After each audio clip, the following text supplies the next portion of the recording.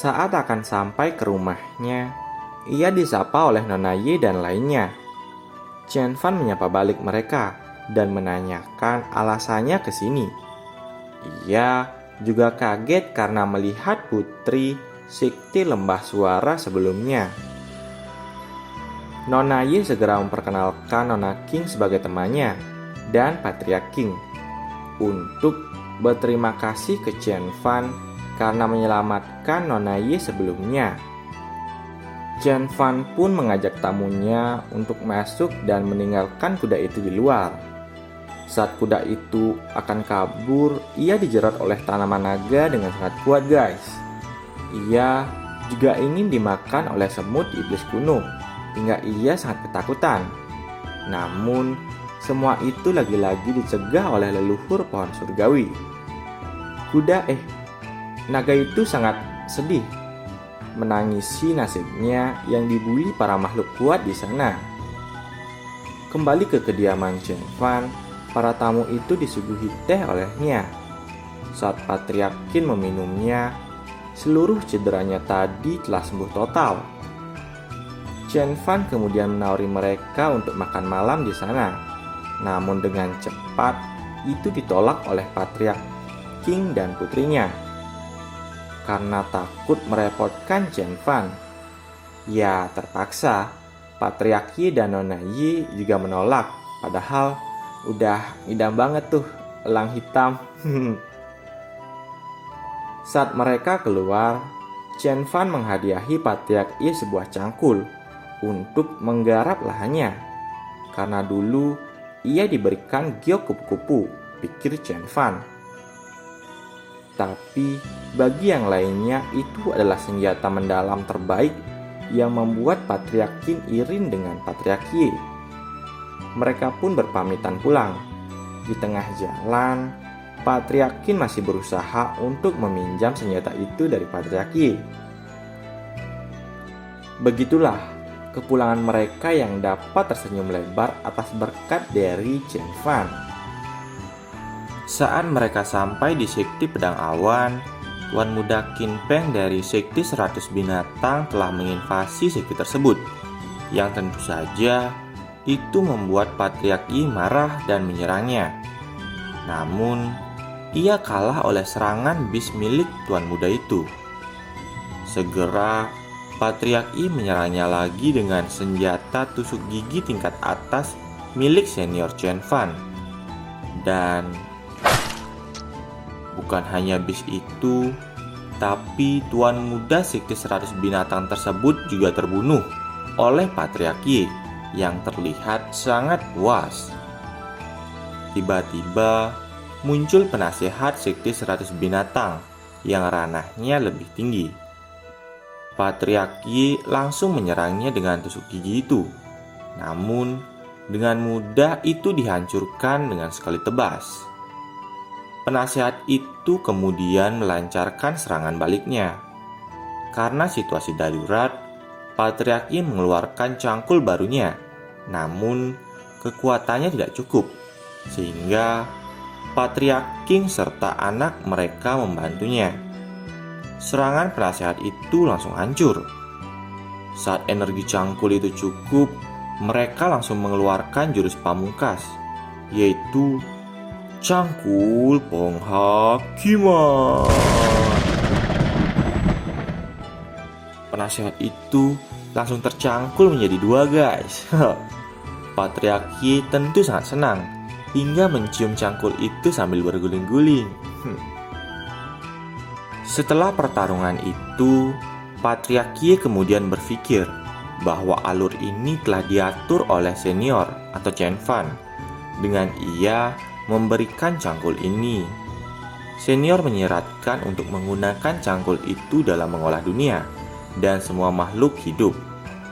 Ia juga menambahkan bahwa mereka hanyalah pion bagi senior Chen. Maka mulai saat itu muncullah keinginan mereka untuk menjadi pion senior yang berguna. Keesokan harinya, terlihat Chen Fan tengah memasang alat baja ke kuda itu. Namun, kuda itu kesal dan ingin menendangnya. Segera, peliharaan Chen Fan yang lain menggertak kuda itu, yang membuatnya ketakutan dan harus ngeles hanya meregangkan kaki katanya. Kuda itu pun mulai membajak tanah. Tiba-tiba muncul pola dao dari alat bajak tersebut yang membuatnya nyaman dan memulihkan kekuatan naga tersebut. Kuda itu membajak dengan kesetanan.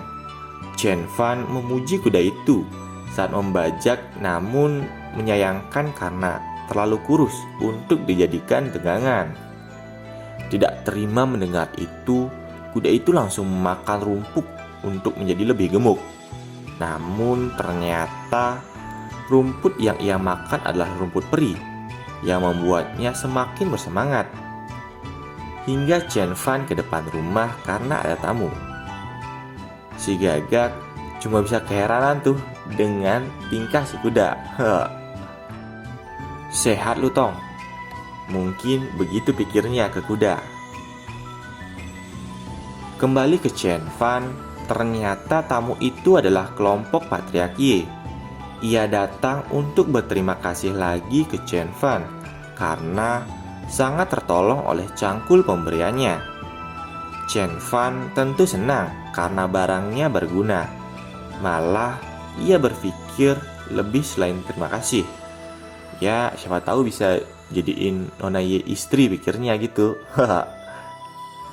Mereka ke sana juga memberikan kelinci kepada Chen Fan. Namun, Chen Fan malah berpikir untuk merebus kelinci tersebut. Pasti enak tuh pikirnya. Padahal itu kelinci dengan garis keturunan dewa kuno guys. Kelinci itu pun dilepaskan di halaman untuk dibesarkan dulu. Nampaknya ia suka digosok bagian kepalanya guys. Kayak punya siapa tuh yang suka digosok bagian kepalanya? Kelinci itu sangat kaget dan ketakutan saat Xiaobai mendekatinya. Ia lebih kaget dan takut lagi saat penghuni di sana membulinya. Kelinci itu hanya bisa menangis dengan nasibnya, yang sama kayak si kuda di awal-awal. Beralih ke sisi Chen Fan, ia ingin memasakkan para tamunya itu. Tapi karena mereka tidak enak hati, maka mereka membantu Chen Fan memasak. Saat tetua King ingin membantu memotong sayur, ia sangat terkejut dan kagum karena pisau dapur Chen Fan adalah senjata legendaris dengan dao yang melimpah. Begitu juga dengan tetua Ye yang kaget dengan korek api milik Chen Fan. Di sisi lain, Nona Ye dan King terbawa aliran dao saat mencuci sayur dengan air milik Chen Fan, yang ternyata itu adalah air suci. Chen Fan yang melihat itu hanya tersipu malu guys. Setelah beberapa saat berlalu, akhirnya masakan itu pun jadi, yang menghipnotis mereka dengan baunya yang lezat dan dao yang dipancarkannya. Mereka telah berada di meja makan. Saat Chen Fan mempersilahkan mereka makan, ternyata mereka berempat telah melibas habis makanan di sana. Sampai Chen Fan nggak kebagian guys. Kasian deh. Mereka pun berpamitan akan pulang. Namun, tetua King masih terlihat memandangi pisau dapur milik Chen Fan itu. Karena merasa tidak enak, Chen Fan pun memberikan pisau dapur itu ke tetua King, yang mana itu membuatnya sangat senang. Ia juga memberikan sapu tangan kepada kedua nona tersebut, yang membuat mereka salah paham. Saat mereka semua telah pulang, Chen Fan ke taman, yang kemudian melihat kelinci tadi tengah lari kocar-kacir hingga menabraknya karena ketakutan. Ia mengira bahwa ada yang salah dengan kepala kelinci itu. Ia juga mengatakan ingin menggorengnya karena belum kenyang. Kelinci itu yang tahu ajalnya tinggal dekat langsung mengeluarkan jurus imutnya. Chen Fan pun luluh dengan keimutan kelinci tersebut hingga ia mengobatinya. BTW, kayak pasien di sinetron ya, apapun sakitnya, perban tetap di kepala. Saat Chen Fan selesai dan meninggalkan ruangan, seketika kelinci itu berevolusi berkat pengobatan dari Chen Fan, guys. Kelinci itu berubah menjadi loli gemes bernama Xiaoqi, guys. Ayo, siapa di sini yang doyan loli? Ngaku-ngaku. Chen Fan yang keluar itu ternyata ingin melihat bagaimana kondisi kuda barunya. Ia terkejut karena kudanya telah membajak tanah yang luas, juga menjadi sekarat karena kebanyakan makan, guys. Chen Fan yang panik segera memberikan obat pencahar kepada kuda itu. Seketika kuda itu pup sangat banyak, guys, yang membuat Chen Fan dan Xiao Bei kabur. Keesokan harinya, di sekte pedang awan, terlihat Tetua King sangat bangga dengan pisau dapur yang didapatkannya dari senior Chen itu. Tetua Ye menjelaskan bahwa senior ingin Tetua King untuk mengolah dunia yang merupakan ladang sayur bagi senior, untuk membantunya memotong segala sesuatu. Kayaknya Tetua Ye nih yang paling halu deh dari mereka semua. Tetua Ye juga mengatakan bahwa sapu tangan Nona Ye yang bergambar matahari terbenam melambangkan Taos Huoyun, yang mana senior memberikan tugas untuk merebut harta karun itu, yang merupakan ujian bagi Nona Ye atau anaknya. Sedangkan Nona King menghayal yang tidak-tidak karena sapu tangannya bergambar musik, guys. Hingga diskusi mereka terhenti oleh laporan seorang bawahan yang mengatakan bahwa putri ketiga kaisar akan tiba di sana dalam 3 hari. Namun, Tetua Ye mengabaikan hal itu karena ia berpikir bahwa mereka telah menjadi pion senior yang secara tidak langsung juga mewakili senior, sambil menantang orang yang tidak puas untuk menghadapi cangkulnya. Ini Tetua King malah ikut-ikutan juga.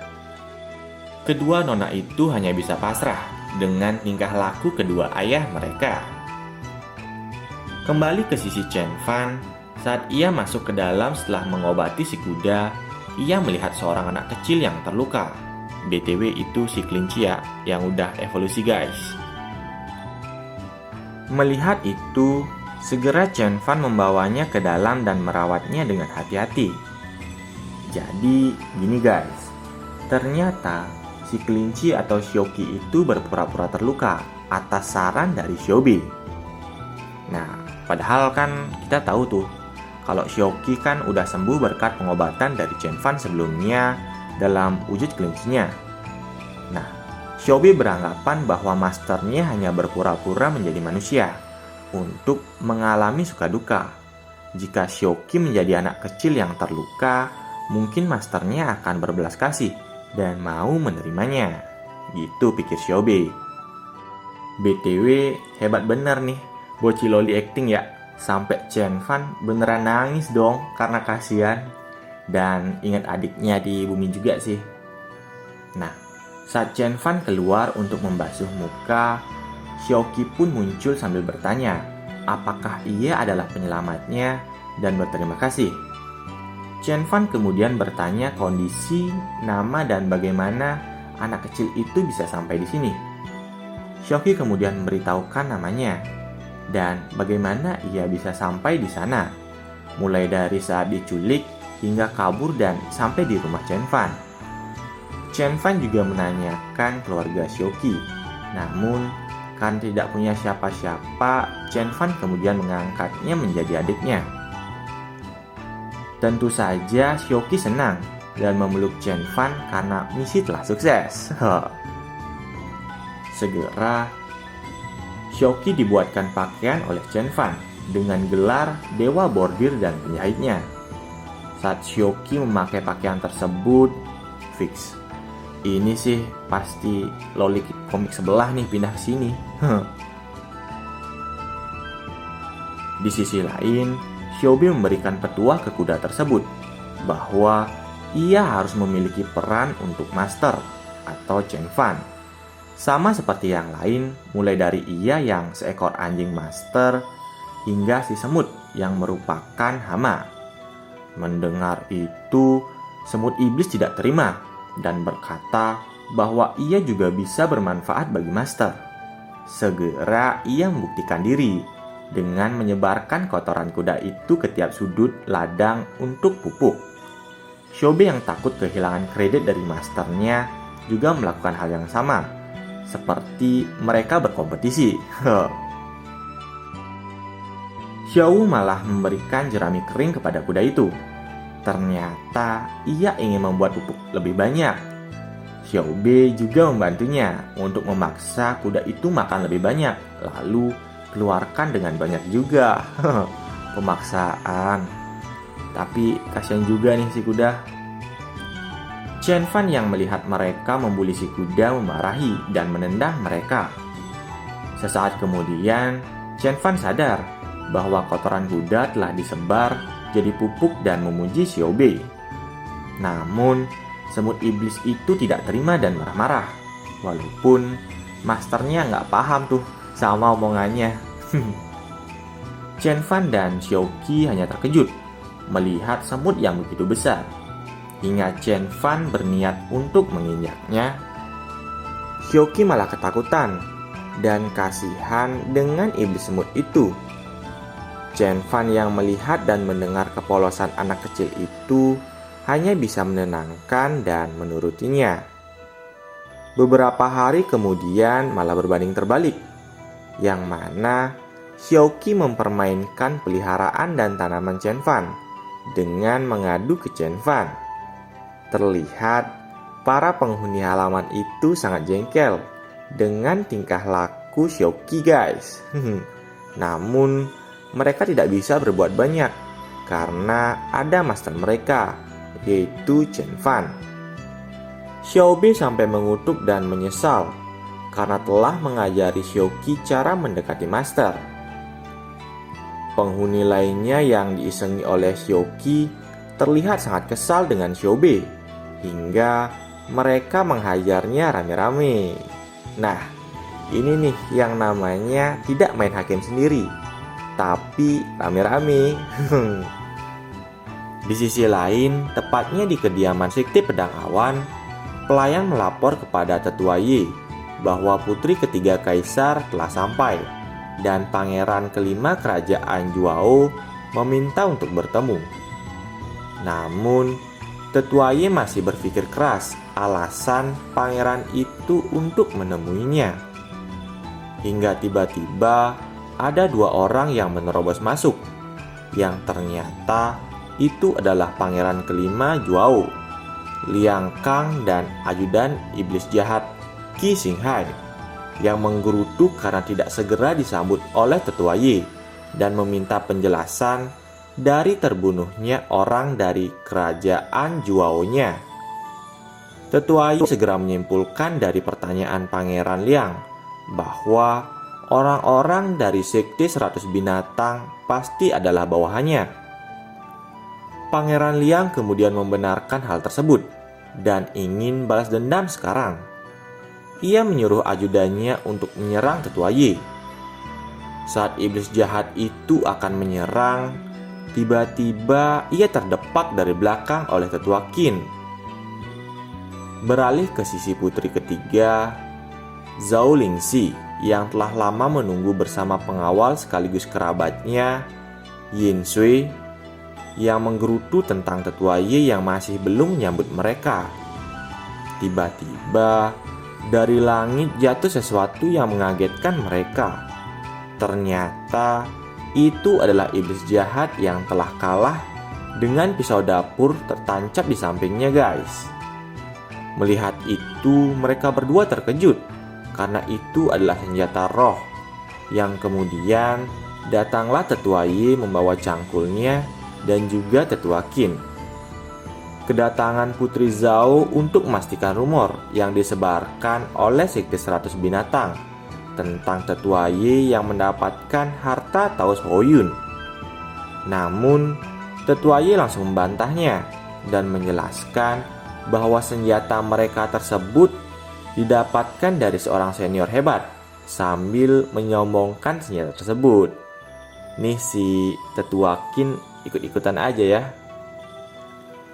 Putri Zhao yang mendengar itu tidak menyia-nyiakan kesempatan dengan memujuk tetua Ye untuk memperkenalkannya juga kepada senior tersebut.